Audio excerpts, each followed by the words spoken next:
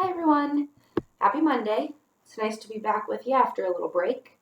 Um, Today we are going to get back into my side of the mountain and let's review what we read on Friday. Let's see, I'm back on the last page. Well, he met a person, so try to remember who the person was that he met. She was a little bossy. Hopefully you thought of that old woman who was picking all the strawberries. So he met her, and he had to lie to her and say that he lived in town so she wouldn't tell anyone that a boy lived in the forest. So he was on his way to the library to trick her when we stopped reading. So I will read our last paragraph. "Where are you going, young man?" I stopped. Now, I thought, is she going to march me into town? Into town? Well, that's where I'll go then, I said to myself, and I turned on my heel, smiled at her, and replied, to the library. So this is where we begin. This chapter is called The King's Provider. Miss Turner was glad to see me. I told her I wanted some books on hawks and falcons, and she located a few, although there was not much to be had on the subject. We worked all afternoon, and I learned enough. I departed when the library closed. Miss Turner whispered to me as I left, "Sam, you need a haircut." I hadn't seen myself in so long that this had not occurred to me. Gee, I don't have any scissors.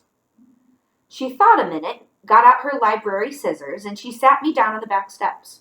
She did a fine job, and I looked like any other boy who had played hard all day, and who, with a little soap and water after supper, will be going off to bed in a regular house. I didn't get back to my tree that night. The May apples were ripe, and I stuffed on those as I went through the woods. They taste like a very sweet banana. They're earthy and a little slippery, but I liked them. At the stream, I caught a trout.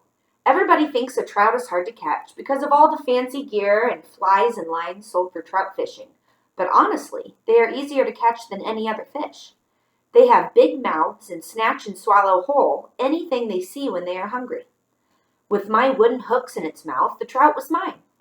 The trouble is that trout are not hungry when most people have time to fish. I knew they were hungry that evening because the creek was swirling, and minnows and everything else were jumping out of the water. When you see that, go fish. You'll get them. I made a fire on a flat boulder in the stream and cooked the trout. I did this so I could watch the sky. I wanted to see the falcon again.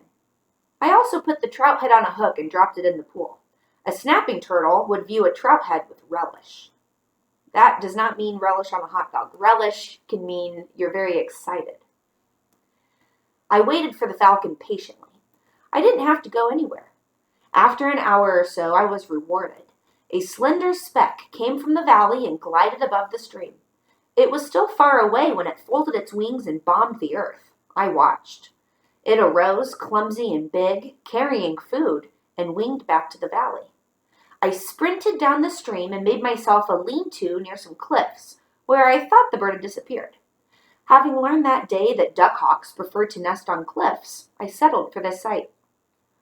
Early the next morning, I got up and dug the tubers of the arrow leaf that grew along the stream bank. I baked these and boiled mussels for breakfast, then I curled up behind a willow and watched the cliff. The falcons came in from behind me and circled the stream. They had apparently been out hunting before I had gotten up, as they were returning with food. This was exciting news. They were feeding young, and I was somewhere near the nest. I watched one of them swing into the cliff and disappear. A few minutes later, it winged out empty-footed. I marked the spot mentally and said, "Ha!" After splashing across the stream in the shallows, I stood at the bottom of the cliff and wondered how on earth I was going to climb that sheer wall. I wanted a falcon so badly, however, that I dug in with my toes and hands and started up. The first part was easy. It was not too steep. When I thought I was stuck, I found a little ledge and shinned up to it. I was high, and when I looked down, the stream spun. I decided not to look down anymore. I edged up to another ledge and lay down on it to catch my breath. I was shaking from exertion, and I was tired.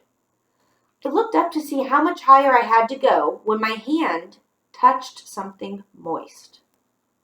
I pulled it back and saw that it was white, bird droppings. Then I saw them. Almost where my hand had been sat 3 fuzzy, whitish-gray birds. Their wide-open mouths gave them a startled look. "Oh, hello, I said. "You are cute." When I spoke, all three blinked at once. All three heads turned and followed my hand as I swung it up and toward them. All three watched my hand with opened mouths. They were marvelous. I chuckled, but I couldn't reach them. I wormed forward, and wham! Something hit my shoulder. It pained. I turned my head to see the big female. She had hit me. She winged out, banked, and started back for another strike. Now I was scared, for I was sure she would cut me wide open.